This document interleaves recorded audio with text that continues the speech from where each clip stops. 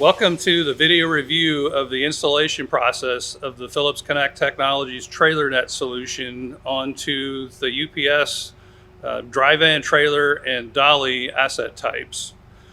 Today we're going to capture one by one each of the significant parts of the installation process, how it's done, how long it takes, etc. My name is Eric Collins. I'm the CTO of Phillips Connect Technology and the leader of the technology development process for all of these technologies that we'll be showing you today. My colleague Jim Epler will take you through piece by piece each of the components and explain what they are before we step through the installation process for each of the components and the validation of everything working together on the device and through the cloud. And we'll be able to show all of that back and forth between this video clip and live during this presentation. Hi, I'm Jim Epler, Vice President of Sales Engineering at Phillips Connect Technologies. So today, like my colleague Eric explained, we're going to install on the dollies and on trailers the most ROI-friendly sensors that we can put on practically from a retro install. So we're going to monitor the tire pressures, the tank pressure, the ABS, and of course we're going to replace and put the latest 4G LTE devices on. So let's go ahead and show you what we're going to install, starting with this dolly. Okay, let's start with showing you what the components are that we're going to install on the dolly. So it's going to start with our PCT 4G LTE gateway, we call it. It's got 4G LTE, 10.6 amp hour battery, Bluetooth, GPIOs, RS-45 for almost infinite amount of sensors that you want to add. So this is the core device that we're going to install on this dolly. What we did on the chassis is everything is going to be plug and play. So Phillips makes a jumper that will take the power from the TTMA 5-pin connector that's on the dolly now, plug directly into that connector with this Y harness, and that's what's going to give us our power for the device. So as you can see, these are color coded. They plug directly into this harness. So blue is your ABS power, brown is your secondary power, and white is your ground. It's important that I just mention, the connectors here. They're 180 bullet connectors. They're completely sealed and waterproof, so each connector has to mate to each other. So this harness has built into it our ABS reader that's built into it, that's already connected to our RS-45 bus. So this is all included, nothing to have to wire. We connect to the ATIS lamp with a pigtail. So again, this is just plug and play directly into the Phillips harness that's already on the dolly. This has the receiver and the repeater from PSI built into it. And then this is the 12-pin connector that connects directly to the device. All of this is IP67 rated waterproof. So this is the core of the install. We fasten it to the side rails of the dolly. They're using stainless steel 832 button heads with serrated nuts, so we use only the best hardware. We're going to install wheel end sensors on each wheel end, so we're going to go through that process, and this is going to measure the temperature on each wheel end. So we'll show you how that process works. Those connect to a cap that we actually replace that's on the end of the hub, and this is where the transducer resides. We're going to replace the existing PSI hoses with these flow-through hoses, and these flow-through hoses have PSI transmitters that are on them that are paired. So we're going to pair these transmitters in advance to this receiver so the installer doesn't have to do any pairing. So these are inner hoses and outer hoses for each wheel on the dolly, so that we only have 4 on this particular install.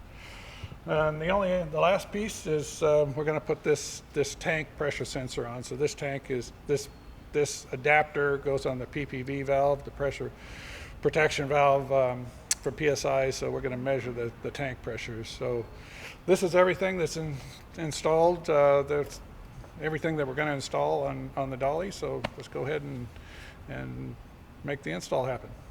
Okay, so the first thing we want to do is find a suitable location to mount the device. So it can go on either frame rail. It can go on the right or the left, but because there's already a device mounted on the left frame rail, we found a suitable location on the right. So he's going to test fit it And now he's going to go ahead and drill the holes using the device as a template.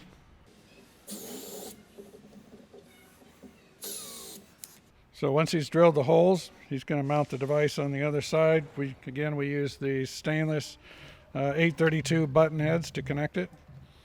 It's easiest if you connect the harness first. So he's going to connect the harness, and then he's going to route the harness in the direction that it's going to be installed.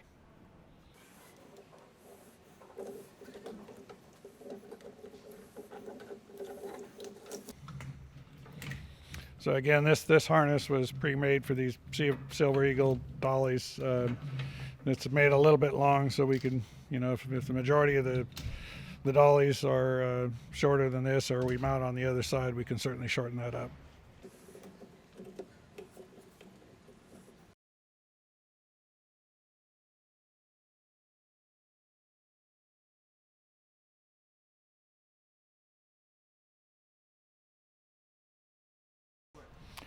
Okay, now we're going to route the harness. So it's important that we route the harness in such a way that it's as clean as possible and won't have any issues in the future. So we found if we route the harness behind the PSI module, that will protect it.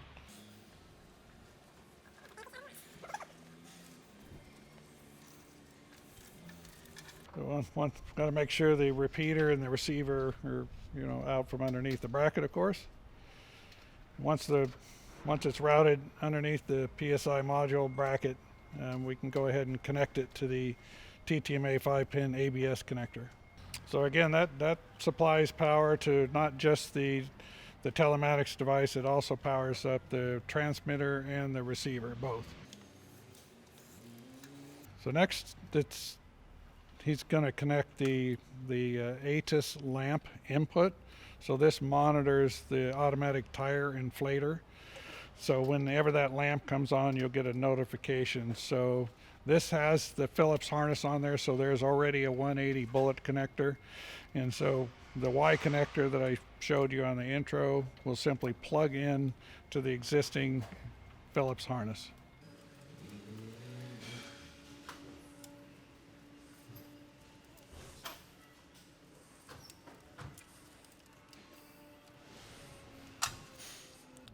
So he unplugs the light, plugs in the Y harness into the existing 180 bullet female, and then just plugs our input into the other end of the Y. Completely sealed.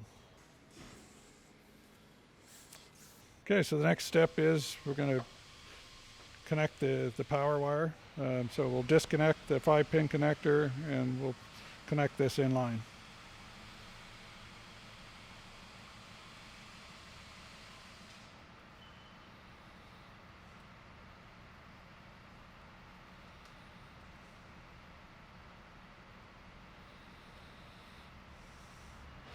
Okay, once that's completed, I'm going to go ahead and zip tie everything back up and make it as clean and neat as possible.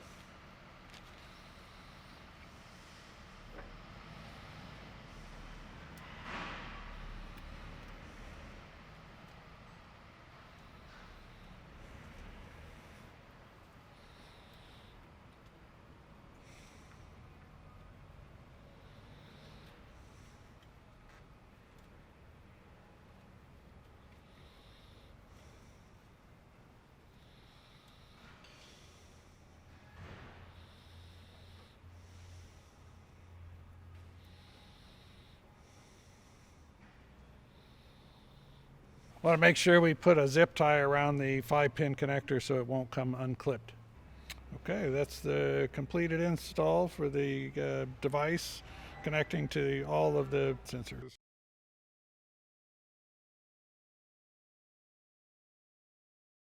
Okay, the next part of the install is installing PSI wheel end sensors.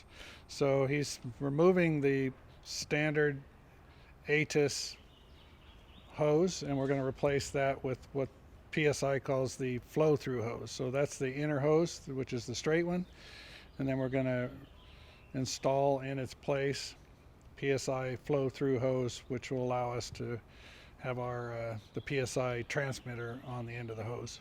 Normally rotate the sensor so it's faced in so it has the least chance of getting damaged. The other end, you can use a 7/16 wrench to get it started, and generally that hose comes off fairly easy.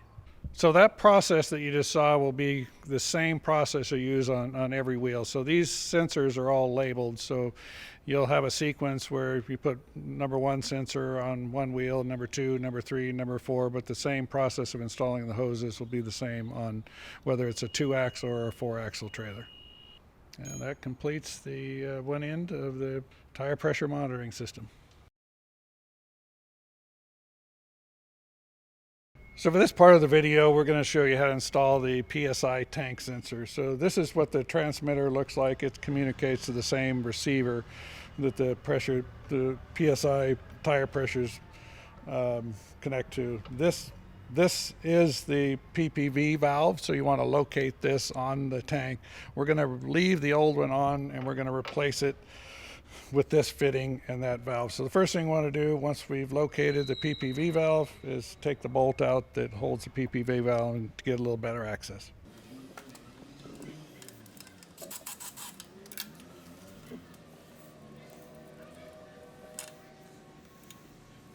So now that he's got the little better access, it'll be easier for him to disconnect the hoses.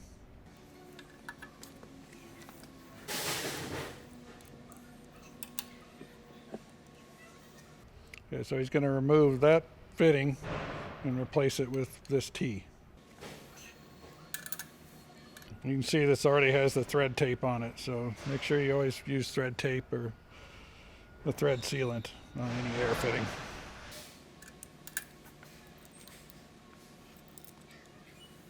One thing I want to mention also is you want to always make sure you take the air out of the tank before you start this process.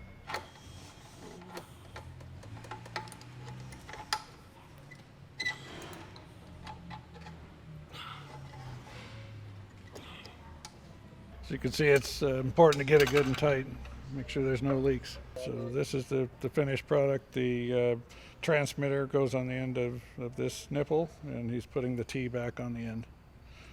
Adding thread tape to the threads first.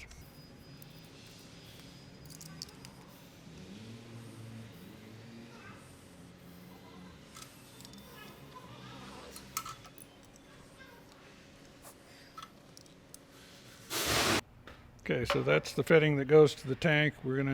This one will be in the proper location for the transmitter.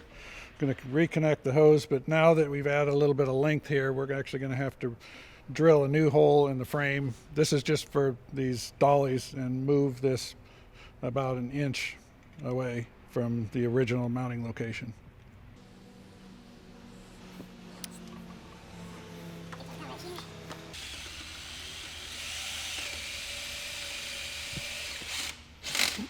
So the next step is just to connect the small hose to the press fitting that goes to the PSI control box.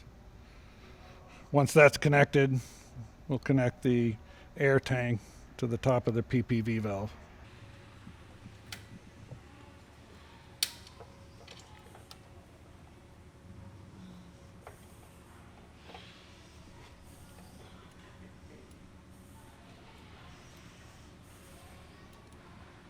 Very important to get that on without cross-threading it.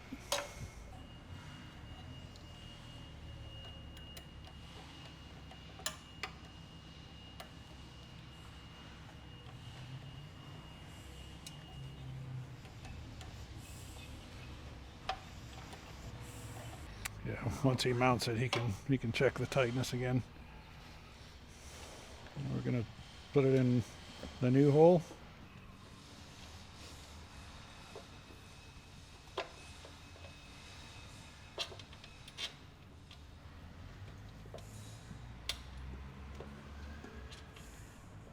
Tighten the 7/16. Oh, yeah.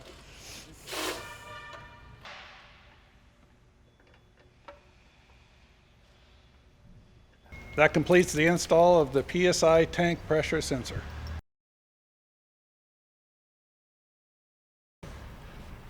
Now that we've completed the install and I've connected the air to the system, I'm going to go ahead and power up the trailer. And what you should see the ABS flash. And now that the air is airing the system, we're going to look for an ABS fault. As you can see, this is operating correctly because it's filling the air system. It's filling the air tank and it's filling the axles that feed the air to the tires. So then we're also going to notice that our GPS device is flashing, so that indicates it's looking for cellular and GPS signal.